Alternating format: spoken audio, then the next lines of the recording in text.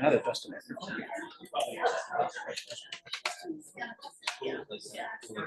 That one. That one looks good.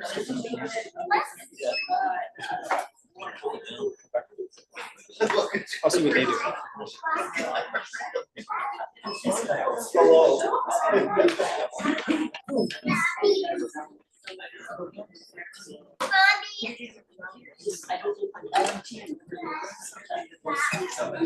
Alrighty, good evening, everybody. My name is Daniel Barron. I'm an event facilitator here at McNally Robinson Booksellers.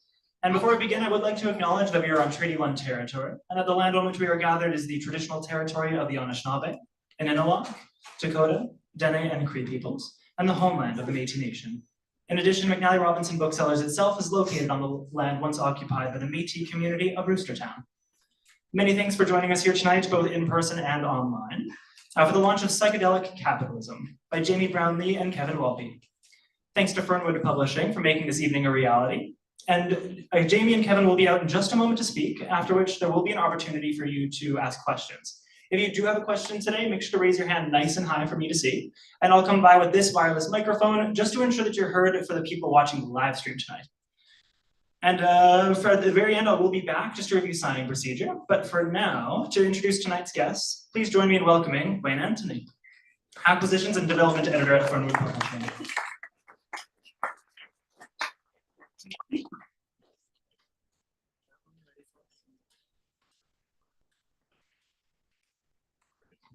Is it on? Yeah, it is on. Thanks. And thanks to all of you for showing up tonight to help us in the rain and stuff, which we need. To celebrate the release of Psychedelic Capitalism by Jamie and Kevin. Thanks also to everyone who helped to put tonight together. John Taves here at McNally, Kevin and Jamie as well, and Art Bowman, our promotions person at Fernwood. And thanks, I have to say this, thanks to McNally Robinson. I've been doing this here now, oh geez. I remember their very first store at Osborne and River. Doing stuff there. I've been doing this probably 30 some years. And I love this space. It's a great place to have book launches. And McNally Robinson, I can't say enough about them and their support of local writers and local publishers. They just go out of their way. Yeah. We're lucky here in Winnipeg to have a place like McNally Robinson. I gotta say, I think that's absolute. And beyond, on behalf of everyone at Fernwood, I want to say we're very pleased and proud to publish this book. Jamie and Kevin will tell you more about the book, but in brief, Psychedelic Capitalism tells the story of the attempt to medicalize and corporatize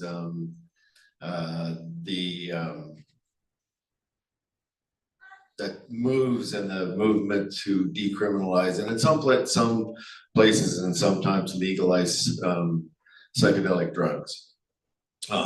Demonized and criminalized in the 1960s, an era that I remember.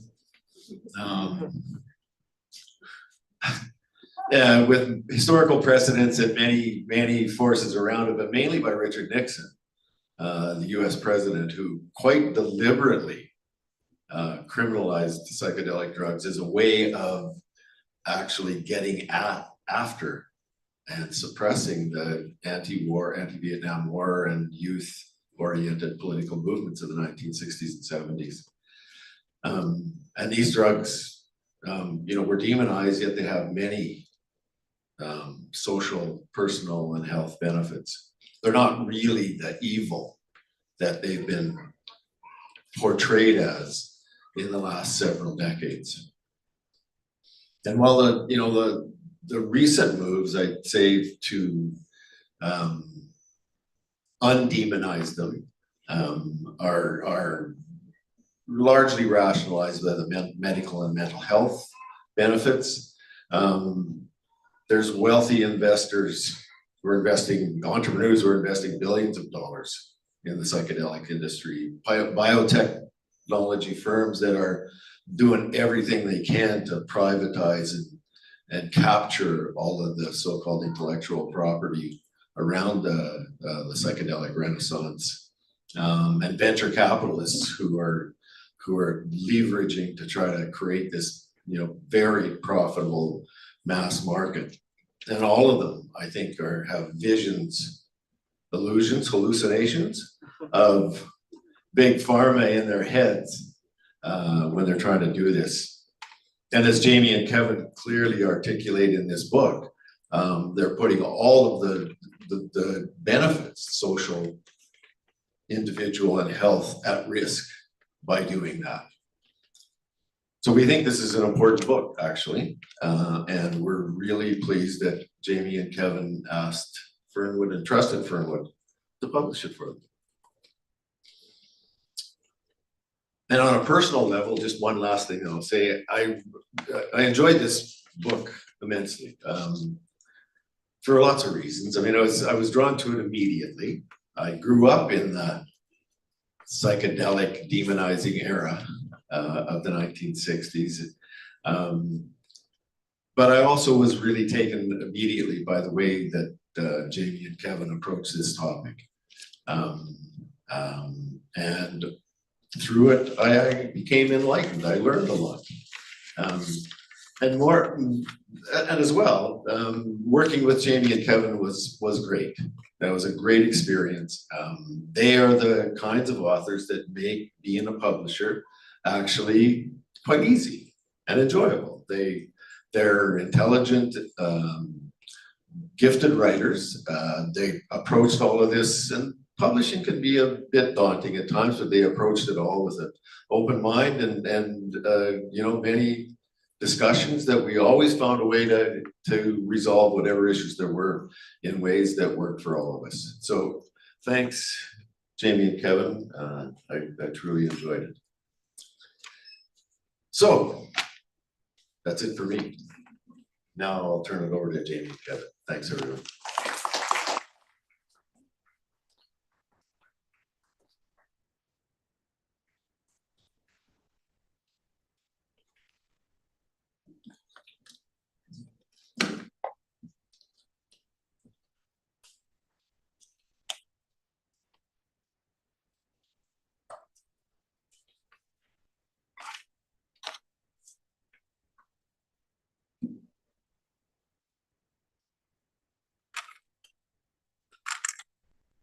All right, we good? We good. Hello, everybody. It's really great to be here.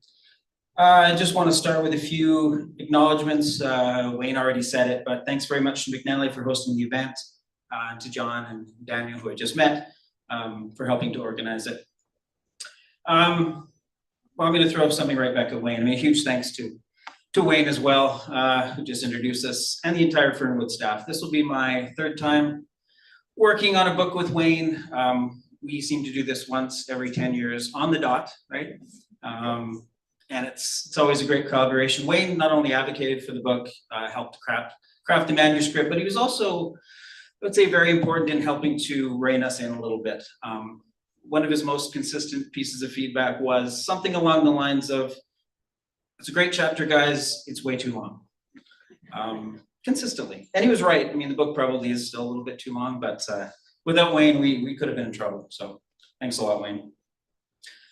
Big thanks also to my partner, Selena. Selena explicitly told us not to thank her tonight, but we couldn't accommodate her request because she was just so important to the book. She edited every chapter, spent countless hours on it, usually on her weekends, sometimes to the point of tears. And we are extremely grateful that she did, because she really improved the work, as she always does. So thanks, Selena. And thanks to all of you for coming out tonight. Going to a book launch in the rain, not my first choice for fun and relaxed evening, and it's probably not yours either, but we really appreciate the support, especially for the people who came in from, a great distance. So if anyone wants to watch the final Jets game of the year after, I'm kidding. Finn's Pub is over there, but we also, they couldn't reserve any tables, so we did reserve a few at Applebee's. Not the greatest option. That is an option. So anyway, the book, yes, the book, it's called Psychedelic Capitalism, and in the book, we offer a critical analysis of what's called today's psychedelic renaissance, right? Or the tremendous upsurge of scientific, medical, economic, and cultural interest in psychedelics over the past couple of decades. You know, the massive amount of reporting and debate around psychedelics today, there's been a lot of it, but there's been very little critical discussion or critique of how the political economy of modern capitalism and other relations of power are impacting these developments. So that was kind of a gap that we wanted to fill, you know, a little bit as best we could. I won't go into the long history of psychedelics on this planet, but it's an extremely interesting history that goes back literally thousands of years. You know, these are incredibly important substances that have shaped human history in profound and enduring ways. And in our view, they're far too important to be appropriated and commodified by institutional power structures, which is exactly where I think we're headed today. You know, we're concerned that the psychedelic renaissance is advancing in ways that can not only limit the positive potential of these substances, Wayne alluded to, but also entrench systems of inequality and cause significant social harm along the way. I think we're already seeing some of that. That said, we do remain naively hopeful about the whole thing, and we also hope this book might make a small contribution to, I don't know, setting things on a better course. So, if you'll indulge us for a little bit, I'm just going to say a few words about some of the political, economic, and medical related issues we discussed in the book, and then Kevin's going to talk a little bit about the legal landscape and drug policy more broadly.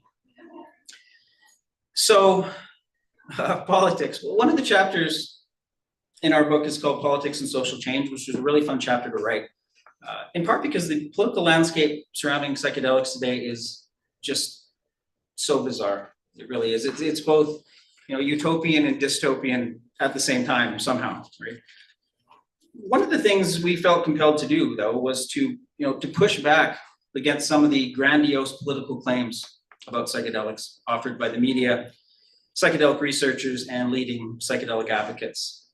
Like what? Like the claim that psychedelics represent some kind of inherent good, that their very nature almost guarantees certain essentialized outcomes, like creating kinder, gentler people and creating a more just and progressive society kind of automatically.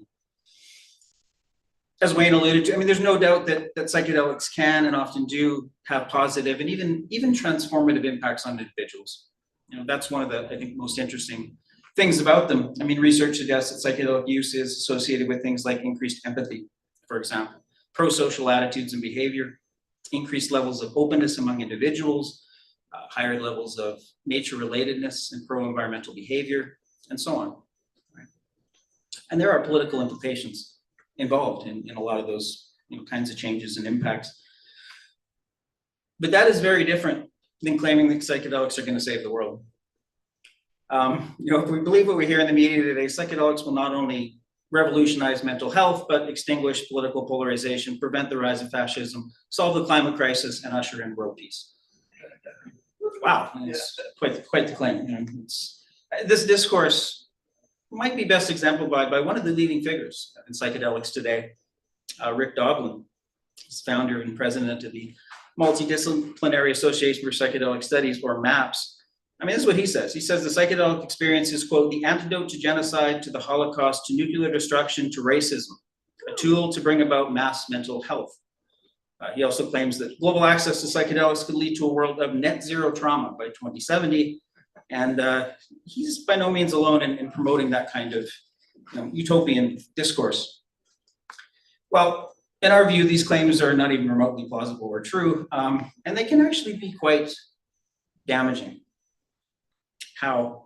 Well, for one thing, psychedelic capitalists, the people who are looking to monopolize psychedelic services, psychedelic supply chains, they're seizing on that narrative to justify their own tactics and ambitions, right? If psychedelics can save the world, then what right does anyone have to criticize medicalization, for-profit drug development, shady intellectual property schemes?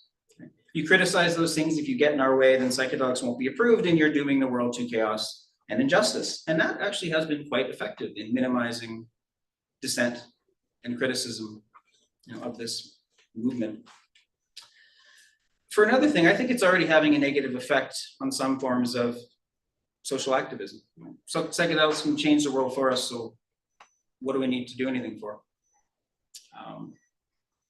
Psychedelics can help solve the climate crisis. Anyone heard that headline before? I've seen that headline more times than I can count. Well, I mean, really?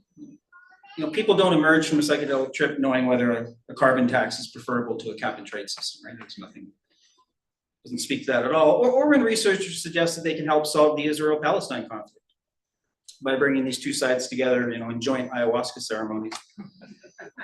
Psychedelic-induced empathy, love-ins, they're no substitute for the difficult work of actively opposing the crimes of the Israeli state, including the horrors that are going on right now. So my point is, for critical issues like climate change, state violence, many others, any suggestion that psychedelics can usher in some kind of progressive utopia is quite a dangerous distraction, and it can have the effect of discouraging real activist work. And I think you can see evidence for that today. Psychedelics are highly context dependent. They are non-specific amplifiers that tend to mirror or magnify particular states of mind. Their effects are heavily dependent on set and setting, which includes the personality, expectations, and intentions of the user, as well as the social, political, and cultural environments within which these experiences take place. Wayne mentioned the 1960s. Unlike the 1960s, when psychedelics were immersed in the counterculture, right, bottom-up movements for change, today's political set and setting, well, what is it? It primarily entails an individualistic, competitive set of social relations embedded in neoliberal capitalism, along with the ever-growing threat of authoritarianism. In this political context, the impacts of psychedelic use, they're very uncertain, both at an individual and a population level. If only we could get Trump to trip, right? That would fix everything. Well, would it, or would it just make him more Trumpy than ever? It's unclear. One of my own favorite media headlines a few years ago was, could alt-right assholes be fixed by feeding them shrooms? Well, it's a fair question, but in today's political climate, it could just make them bigger assholes. And if you look at some of the people who support, advocate for, and consume psychedelics today, this utopian narrative becomes even more illusory. Elon Musk, big psychedelic advocate. His favorite hobby outside of firing federal workers and blowing up spaceships seems to be running around the world snorting ketamine. Big fan. Rebecca Mercer, who's been dubbed the first lady of the alt-right, another big advocate. Good old Jordan Peterson, right? Loves psychedelics. Gavin McInnes, former leader of the Proud Boys, another enthusiast. Billionaire Peter Thiel. Anybody ever heard of Peter Thiel before? He might be one of the scariest people on the planet, in my view. Extreme libertarian, staunch proponent of the national security state, has decried women getting the vote, seems to hate democracy with every fiber of his being. And of course, the Republican Party in the United States, right? A real fun group that just this week introduced a sweeping tax proposal that would deliver trillions in tax cuts to the wealthy and corporations, while enacting the biggest cuts in Medicaid and food aid in modern US history. A lot of these guys, Matt Gaetz of Florida, Navy SEAL Dan Crenshaw, Robert F. Kennedy Jr., former Texas Governor Rick Perry, and many others, all big enthusiasts, even Trump in his own way. In alliance with these far-right Republican networks, last year, Rick Doblin of MAPS, somebody already mentioned, called for military recruits to be dosed upon enlistment, suggesting it would make them more efficient soldiers. Another proposed application is treating moral injury in soldiers. That's giving psychedelics to make them cope with the grisly consequences of the choices they make, like participating in war crimes. I think a better solution would be to stop participating, stop committing war crimes. This growing relationship between psychedelics and the military-industrial complex is more than a little disturbing. So, we shouldn't pretend that psychedelics represent some kind of antidote to authoritarianism, or that they're the answer to deep structural problems in our society. They can influence individual perspectives. They can help to galvanize social movements in the right context. They have done that before. but a progressive utopia, net zero trauma by 2070. The only people that narrative is helping right now, at least, is, are the ones who want to appropriate and commodify psychedelics for their own ends. Anyway, politics aside, our examination of medicalization and corporatization really lies at the heart of our concerns with the psychedelic renaissance. We don't dismiss psychedelic medicalization. That I think would be a mistake. We examine the clinical evidence, we go through it. We're not scientists, but we do go through it, and there's certainly some promise there. It suggests that psychedelic assisted therapy may offer significant advantages over current drugs and therapeutic regimens. And psychedelics may end up being the best pharmacological option to treat certain mental health conditions. That could happen, that remains to be seen. On the other hand, there are many problems with the medical model and the knowledge claims that surround it.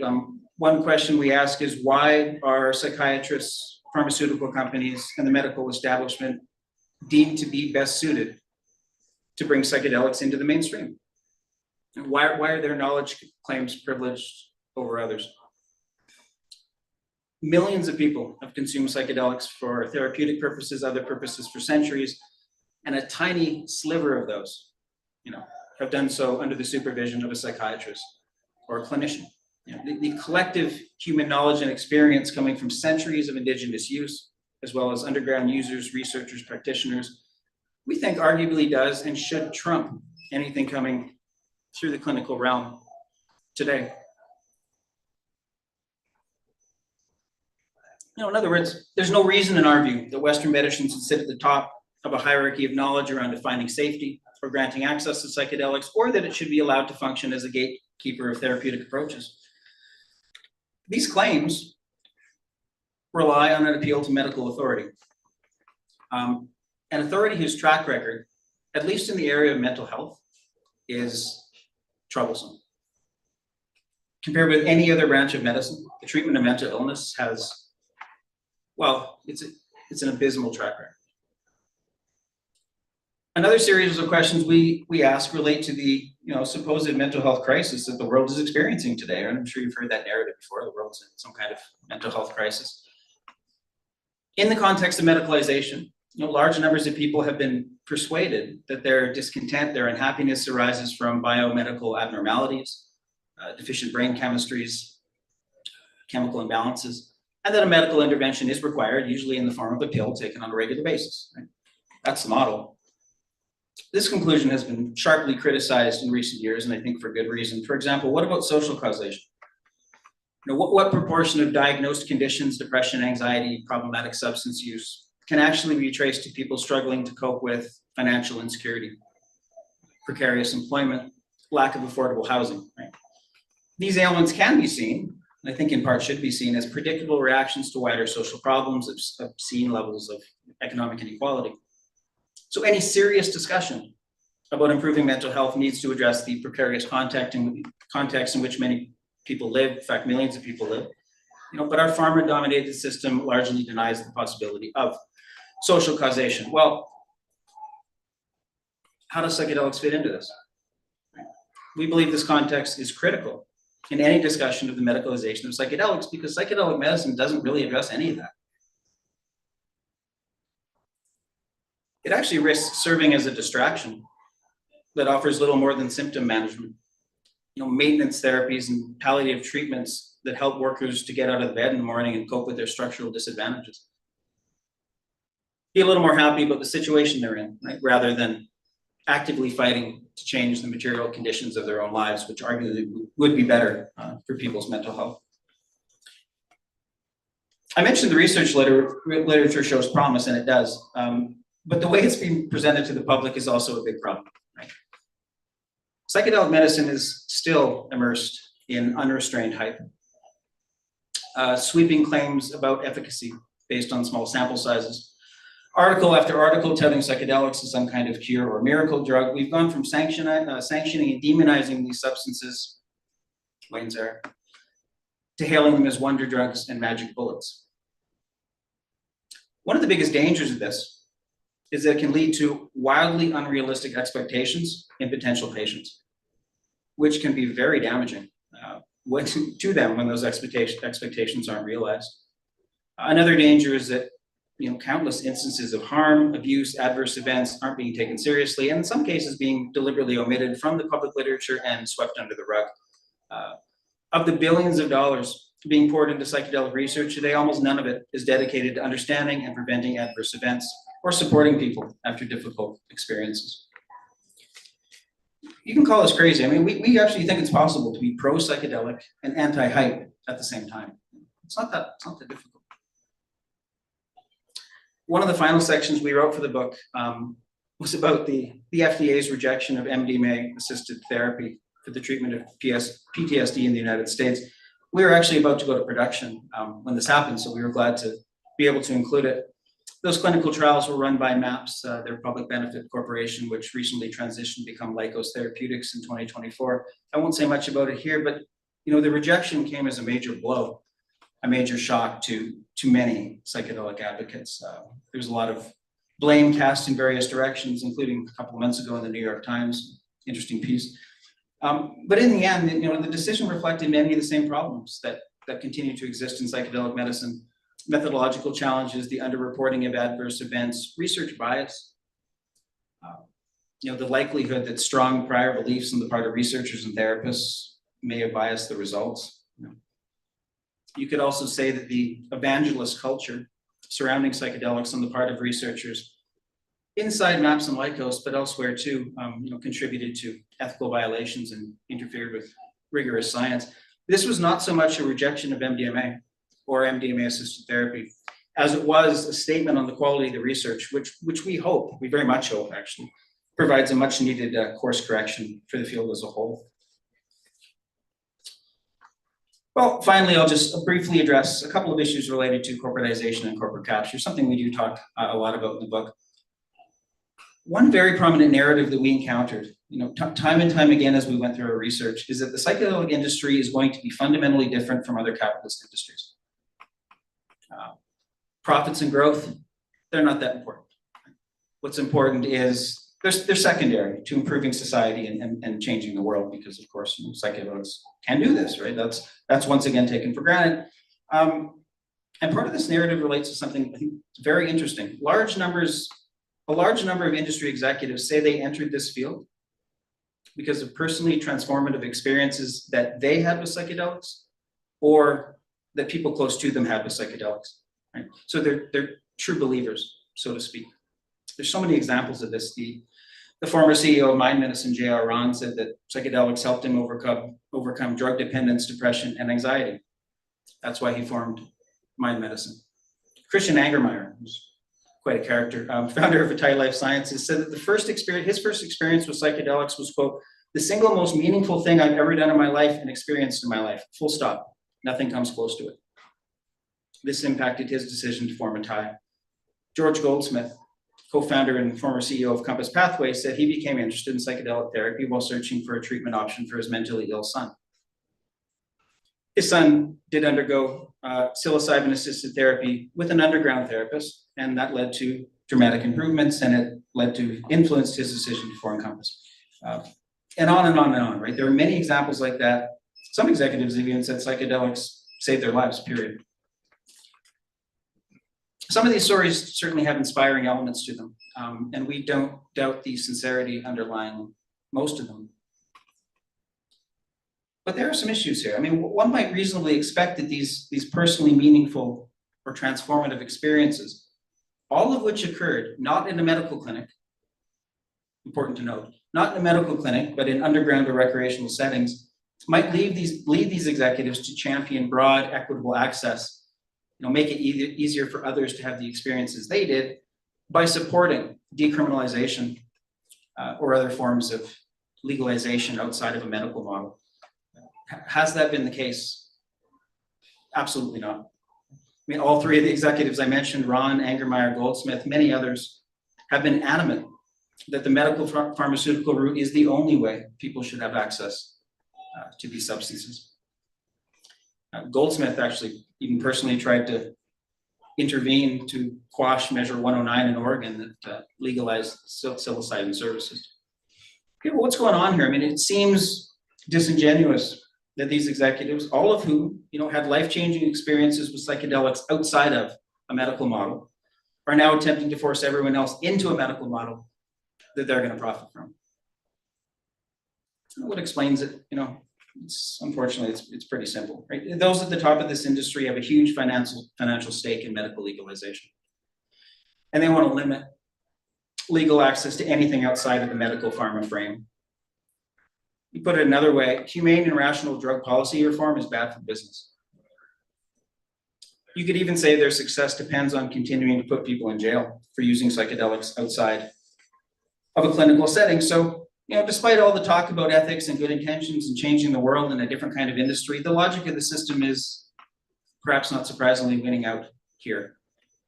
And as these substances are thrust into the world of psychedelic capitalism, structural forces will continue to have far more influence on this industry than any kind of personal values, commitments, or intentions. And speaking of the industry, how is it doing? We run through this relatively brief history. It started out with a bang, right, 4 or 5 years ago. Huge amount of early investment. In fact, you had capital inflows that are almost unheard of in a nascent industry. Stock prices going through the roof.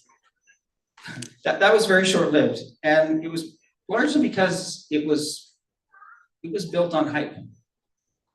So investment quickly dried up, stock prices collapsed, and many companies went out of business. It was a bit like watching a car crash in slow motion.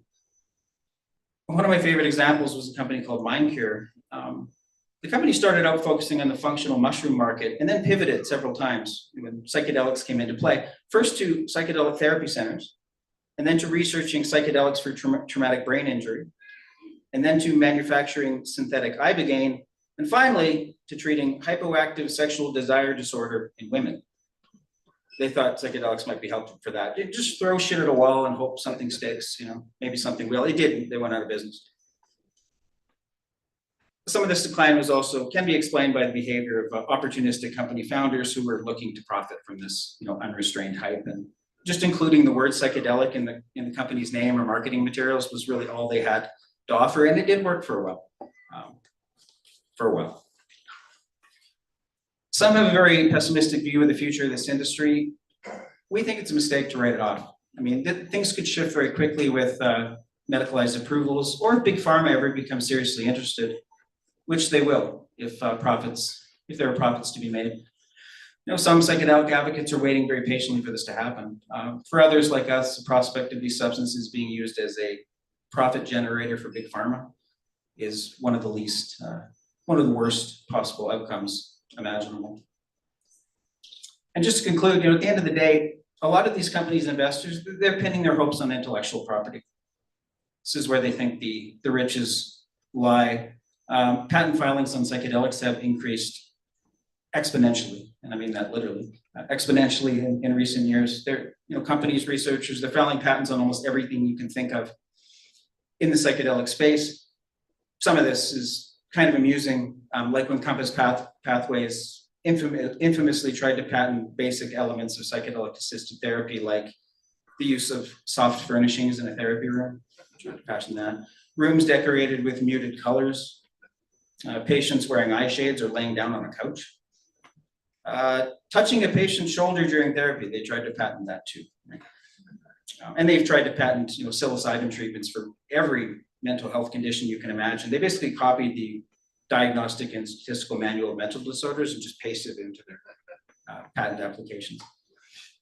And Barrick Biosciences is apparently trying to patent more than 100 million molecules in the hope that some of them will be useful psychedelic treatments that they can then license to other companies who want to commercialize them. That speaks to the development of next generation psychedelics, which are the next big thing, where companies sometimes just tweak a molecule, add a hydrogen atom somewhere, which confers nothing of value except the ability to patent and commercialize it.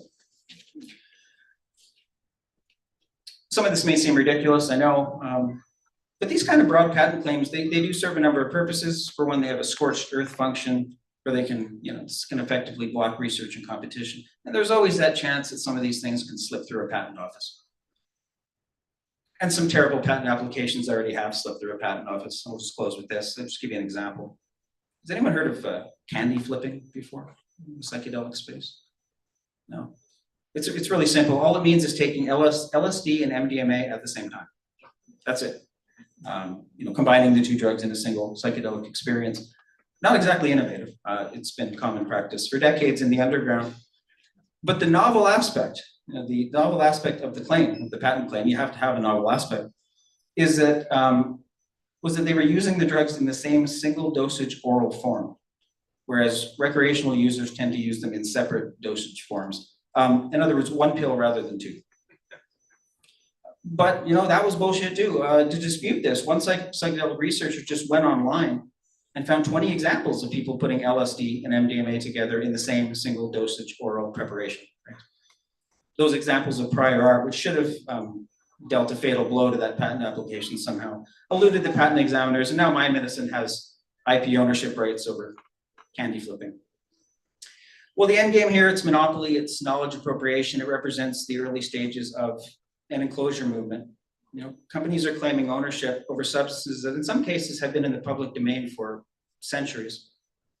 Psychedelics, it would seem, have been swept up into the well-rehearsed capitalist playbook where private players are incentivized and enabled to fabricate exclusionary rights over what are ultimately the products of collective human struggle and intellectual achievement. And on that cheery note, I'm going to turn things over to Kevin. Thanks, everybody.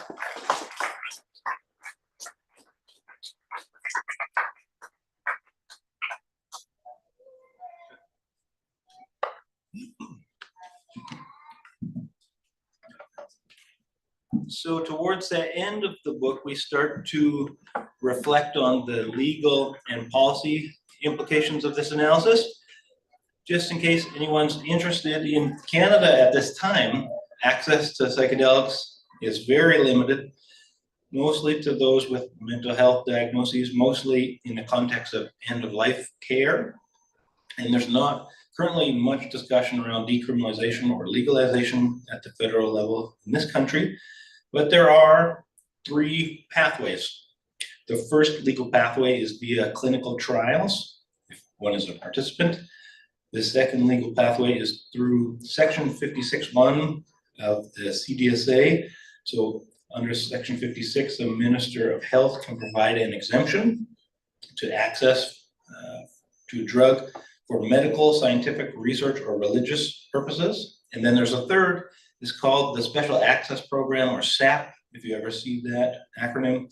It exists so that a practitioner, a doctor, most often can appeal to the Minister of Health for access to drugs at a patient's request. There's been some pretty important cases in that regard. One legal development that we're really following is an argument being advanced by Therapsil, I can never say it without the P, and it's for access to psilocybin under Section 7 of the Canadian Charter of Rights and Freedom. So in addition to this, you have a whole bunch of storefront dispensaries open. Maybe people have seen these around, so you can purchase a safe supply there sometimes, or you can order recreational psychedelics through the mail. Neither of those options are actually legal. More on that in a minute. So despite some changes towards this legal access, the big trend that we found is away from open access towards the kinds of medicalization and corporatization Jamie was talking about. That really narrows the discourse about what psychedelics are and what they can do, and it limits access to clinical routes.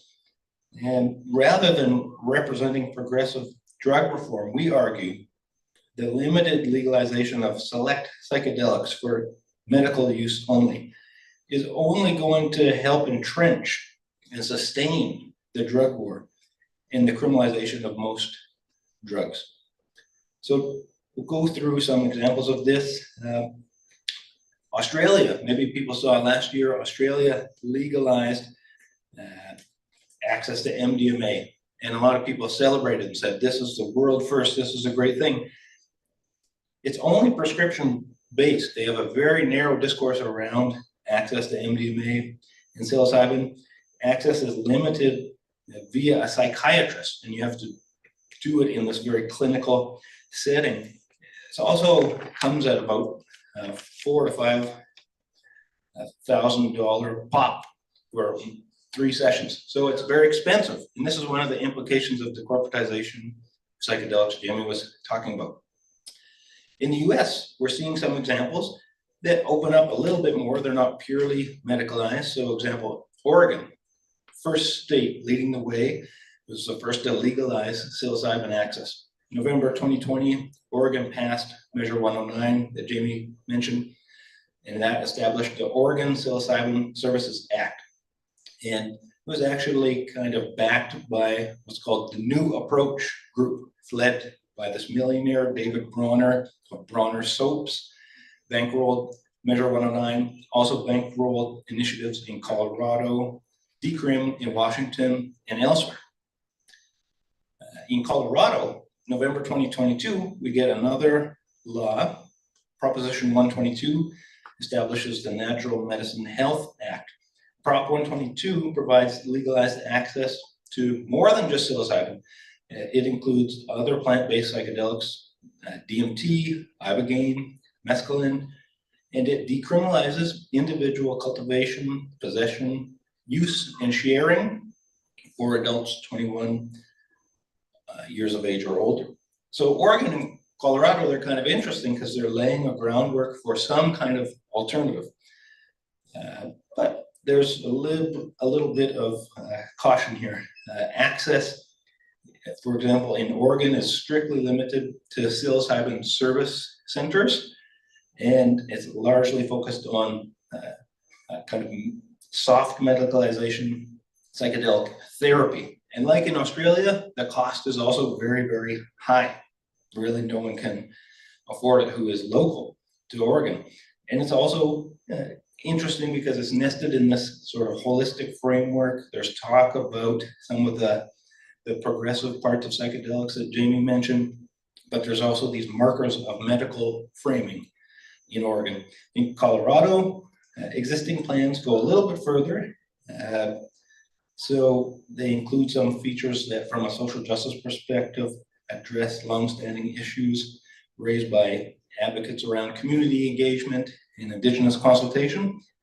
However, it's strictly focused on plant-based psychedelics, and this neglects concerns of drug users more broadly. It doesn't really get to the big question of sensible drug law and policy.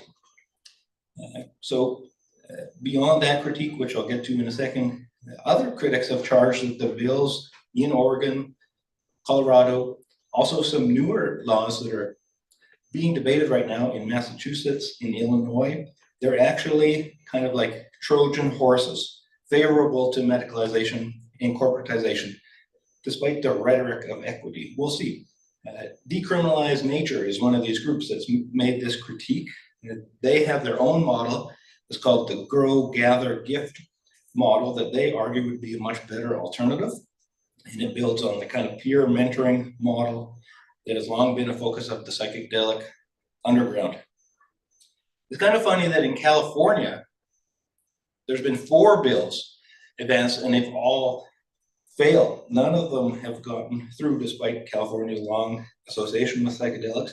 However, in November 2024, they did pass a law to increase criminal penalties for other drugs, bringing back many charges for possessing certain drugs that were previously treated as misdemeanors. This is called Proposition 36, and it was supported by companies like Walmart, Target, Home Depot, who donated millions to support this kind of tough on drugs initiative, as well as the California Chamber of Commerce, the California Republican Party, and multiple police and correctional officer groups. So we start to see this trend towards a backing of the war on drug approach that's coupled with the psychedelic renaissance. At a local level, there's some legal initiatives to be interested in. There are dozens of municipalities in the US, including Oakland, Denver, Santa Cruz, Ann Arbor, DC, and several cities in Massachusetts, along with San Francisco, that have partially decriminalized psilocybin. You've also got Seattle, Detroit, Berkeley, Minneapolis, that have partially decriminalized psilocybin and other entheogenic plants. Despite these changes that you have in Oregon, Colorado, and some of these municipal decrim issues, we're still not seeing a model that really opens access up or that mitigates the harms of the drug war. If we ever do see at the federal level in the US some kind of law regarding access to psychedelics, it's likely that it will take the form of what's called bifurcated scheduling. So this kind of bifurcated scheduling, it would allow the DEA and Congress to treat a substance differently from an FDA-approved drug product, meaning that there could be a split in the law between facilitating medical legalization and continuing to uphold mass criminalization. Same drug, but two different treatments.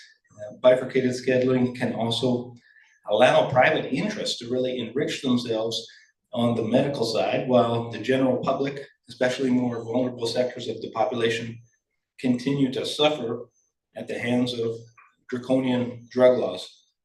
Here's the main issue for us.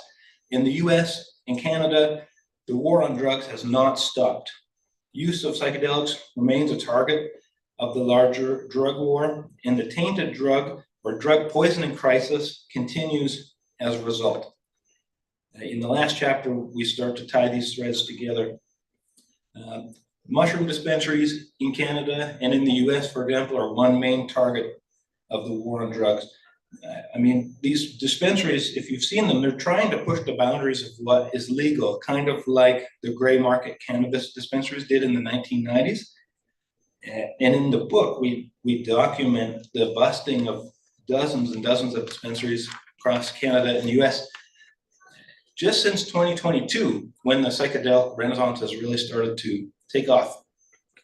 One raid that we really wanted to emphasize is the raid on drug activist Dana Larson's Coca Leaf Cafe in downtown Vancouver, because Larson was really involved with cannabis advocacy, and he's really been involved in psychedelic advocacy and drug law advocacy as well.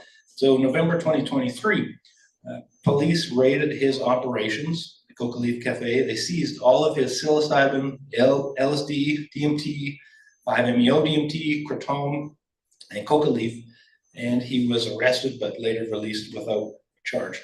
And this was quite an interesting thing because for quite a while, no one had busted any of Larson's dispensaries. He has several in Vancouver. But there started to be more pressure when especially former police officer turned conservative MLA Eleanor Sturko started to advocate for more drug war law in BC. And in his view, in Larson's view, the raid was politically motivated. He also pointed out raids like this probably cost between $60,000 and $100,000 in public funds paid to police every time this kind of intervention happens. Since 2023, there's also been a parallel steady increase in crackdowns on harm reduction practices. So these attacks began when the NDP of BC brought forward legislation to roll back decrim efforts and make public drug use illegal. MLAs in BC, again, Eleanor Sturko, they've been highly critical of the NDP and their approach to drug policy. So they were calling for tougher laws. The NDP caved. At one point, Eleanor Sturko argued that the Drug User Liberation Front had actually been using a very small amount of money that they got from the BC government to buy drugs and guns, and that members of the Drug User Liberation Front and the Vancouver area network of drug users were both involved in organized crime. Not true, but as a kind of return to this kind of moral panic about drug users and harm reduction advocates that we saw in earlier decades. Dulf founders Jeremy Callison and Eris Nix, they're both now facing possession charges regarding trafficking. The arrest of Dulf members, it coincided actually with the first anniversary. They got raided on the first anniversary of the organization's Compassion Club. This is a really important initiative in the realm of harm reduction. And they had just actually released some findings from their life-saving work. So the Dove Compassion Club, they ran a study, and based on a sample of self-report data from drug users, including individuals in their Compassion Club, over the course of that 1 year, they were receiving clean tested drugs. And those folks were involved in 48% fewer police interactions, 57% fewer overdoses, 50% fewer trips to hospital, 32% fewer uses of naloxone to reverse opioid overdose, 0 deaths, and improved health and safety for those using their supply. Police and politicians in BC or elsewhere didn't really seem to care, but this is a monumental study in a major peer-reviewed journal done by these very bottom-up grassroots activists. And this is the kind of activity that the war on drugs continues to target, and that we think will be still the target as medicalization and corporatization of psychedelics takes hold. So, just to start to wrap up, as different jurisdictions move ahead with psychedelic legal reform, we think it's important to situate these changes in the context of the war on drugs. And our argument against the war on drugs is actually also, as Jamie alluded to, an argument against psychedelic exceptionalism. The idea that psychedelics are good and other drugs are bad. Psychedelic exceptionalism, the problem is it can be used to reinforce the drug war, intentionally or unintentionally, as well as prohibitionist tropes against so-called hard drugs. Decrim initiatives that focus solely on psychedelics, like the kind I mentioned in the US, they certainly have their place. But viewing psychedelics as deserving of special legal protection, it risks legitimizing the broader classification scheme behind drug criminalization. And it also does little to address criminalization of other substances and the ongoing stigmatization of people who use other drugs, which are disproportionately the most marginalized people in our society. So in this book, we argue decrim and legalization should actually be extended to include safe supply and safe use for all drugs. This extension would signal the beginning of the end of prohibitionist thinking about drugs and the start of scaling up of comprehensive approaches to harm reduction. It is in the public interest to move beyond a myopic focus on medical legalization and prohibitionist approaches to a more open model of public access focused on public and community health. This approach would not only serve to mitigate some of the threats associated with corporate capture of psychedelics, but it could also reduce the harms associated with criminalization and the war on drugs. Thank you.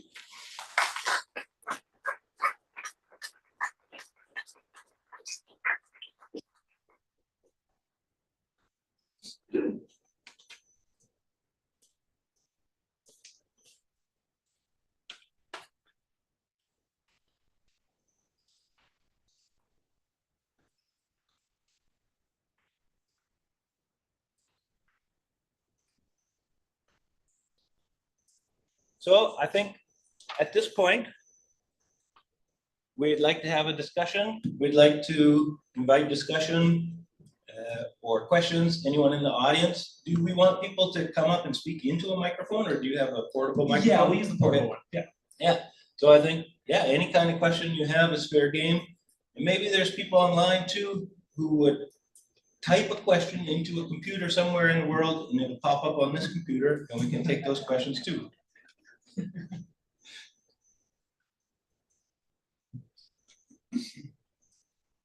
So this is really a very interesting topic, and I'm wondering how you guys went down the rabbit hole of focusing on this for your book. Like it's, I haven't heard anyone else doing this kind of analysis of this right now. So.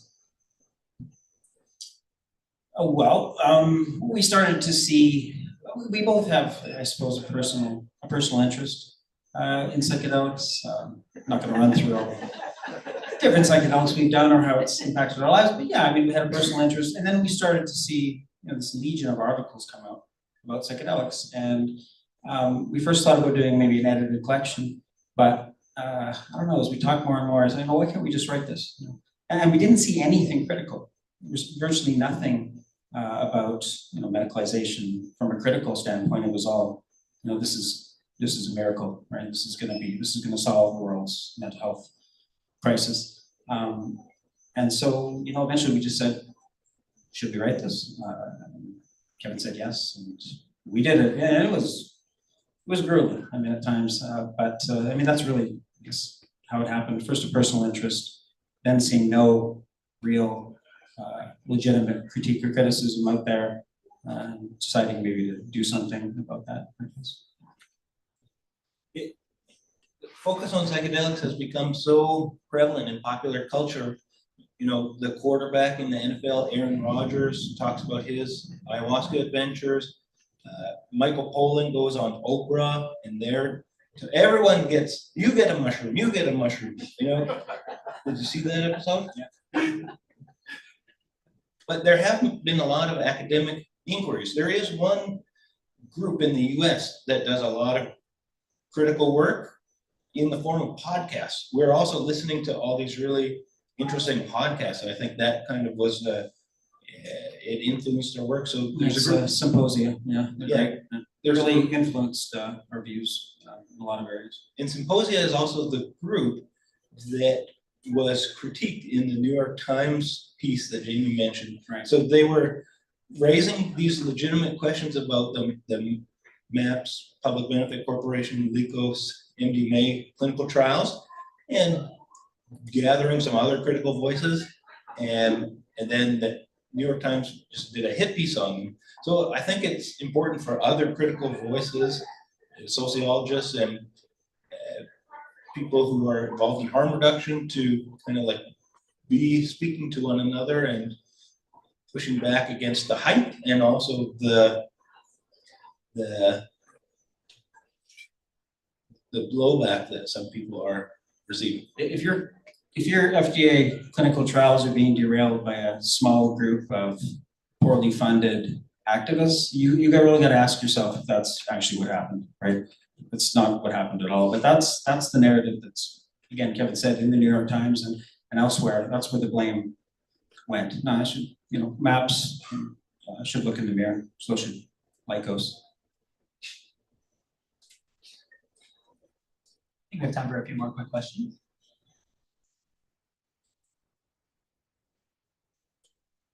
So I'm not sure about this, but I've heard that the containers coming in from other parts of the world to the harbors in Canada, less than 10% of the containers are checked for content.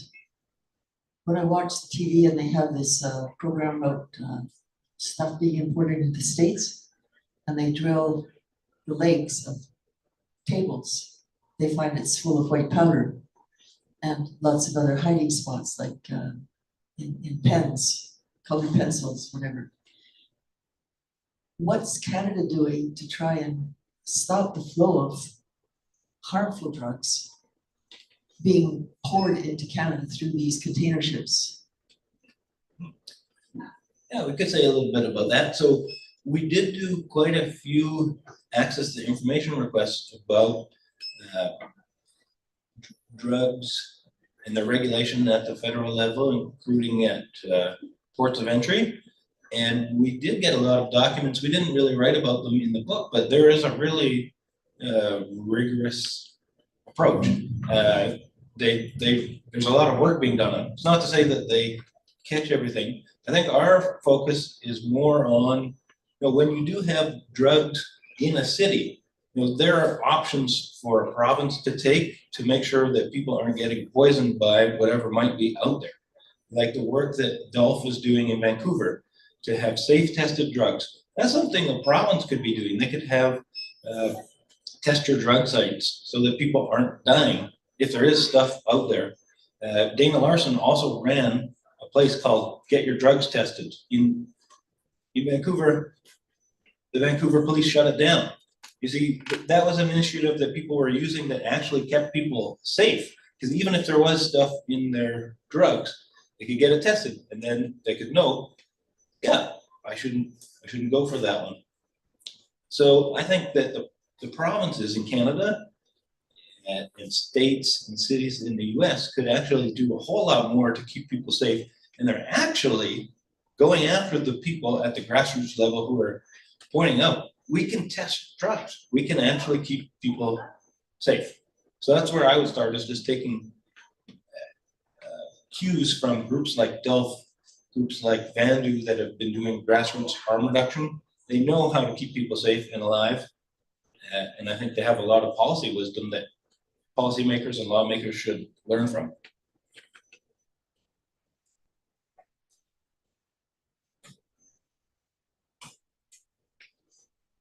Hey guys, thanks for doing this. You have some really interesting examples of negative interactions between capitalism and corporatization and psychedelic medicine. In your research, did you find any beneficial interactions? And if so, are there any regulatory thoughts or guidance on how we can get those beneficial interactions to happen? None.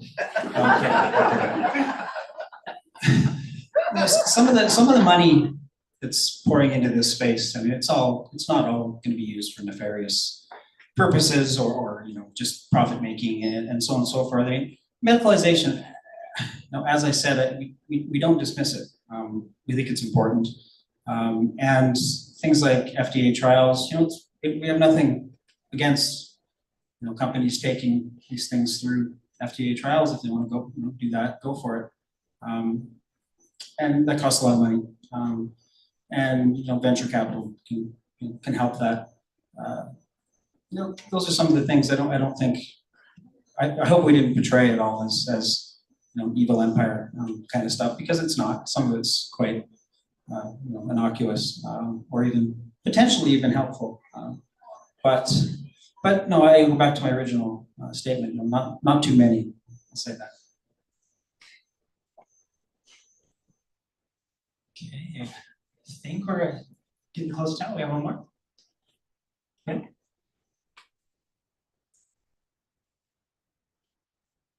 Neither one of you explicitly said it, but I'm assuming you're advocating for some kind of broad legalization of psilocybin psychedelics generally. So if that's the case, then what?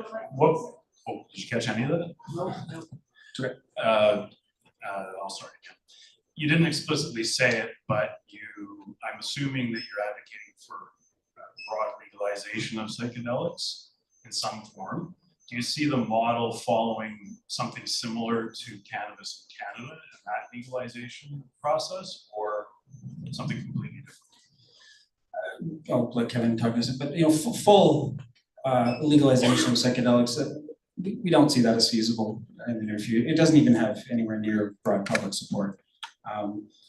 We are mainly, first and foremost, interested in decriminalization. I think that would go a long way toward reducing the harms of the drug war right off the bat. And there's so many things, so many beneficial outcomes that decriminalization would have, full stop. So that's really where we would start. In terms of different models, Kevin mentioned some of them. There are different legal models, the one in Oregon, the one in Colorado, psychedelic service centers, whatever you want to say. We haven't seen much, and we don't know what is going to be the end result. I would say you start with decrim and you can go from there. I'm not sure what you would say. Yeah, and I think we want to see what happens with the Colorado model. The Colorado model is just kind of getting off the ground. There's no evidence yet. It's on the books, but they haven't rolled out the centers there yet. The Colorado did do a lot of things to address equity and social justice concerns, because they did a lot of broad community consultation. They heard from Indigenous leaders, and they appear to have taken some of that seriously. So I think we want to see what happens in Colorado. We'll see if that's a model for legalization. But the thing is, I think as Jamie was alluding to, also, if it just stops with legalization of psychedelics or legalization of plant-based psychedelics, that leaves so many other people who use drugs in jail, in the gutter, like left behind, right? And it does not address the issue of sensible drug law and policy that keeps people safe, keeps people alive. So we want to see broader drug law and policy reform too, not just legalization of psychedelics. And harm reduction is crucial too. I mean, psychedelics are interesting. We look at safety and risks of psychedelics. We do a big section in the book about it.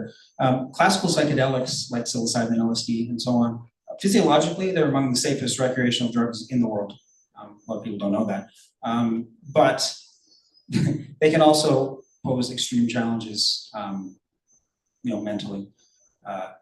People often rate their psychedelic experiences as among the most meaningful experiences of their entire lives. When things go wrong, they can be the most difficult experiences of your entire lives. So, just throwing these substances out into the culture without supports, harm reduction, knowledge about safety and risks is not something that we would advocate. It has to be those supports in place, or else, well, things can definitely go wrong, and they have.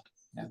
Jamie mentioned that there's such a history of practice in Indigenous communities and in the underground community. That's another place where people should be taking cues. People who make drug law and policy should be taking cues from those communities about how to keep people safe, about how to work with psychedelics and what kind of setting it should be. But instead they're just jumping to this kind of like white cube with the doctor's table, inject them with ketamine. Well, that might work sometimes for some people, but for a lot of folks, it might come with other risks, other harms. I'll just say one more thing. The one psychedelic that's out there is ketamine, right? It's for-profit clinics because it's an FDA-approved anesthetic, which means it can be used off-label for other conditions.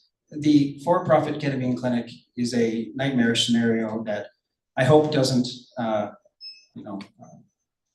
signify what the future of corporatized psychedelic therapy looks like. I mean, it's a pill mill model. There's no focus on harm reduction or safety. No real focus on therapy even. I mean, they're just giving ketamine to people, package deals to take more ketamine. Ketamine can be extremely dangerous. The risks of ketamine can be dire. People die from ketamine. So I really hope that's not the model that we're going to be seeing with respect to other psychedelics in the future. It's a huge warning. Should be a huge warning about how we do things. All right, thank you both so much for the presentation and the conversation. We're now going to move along to the signing portion of the evening. So you can have a book signed over here to the table to my right. Feel free to have it signed before visiting the cash desk. Just make sure you do pay for it before you leave. We do appreciate that. Thank you to everyone here in person today and online, to Fernwood Publishing, to Wayne Anthony, and of course, to Jamie Brownlee and Kevin Walby. Thank you, everyone.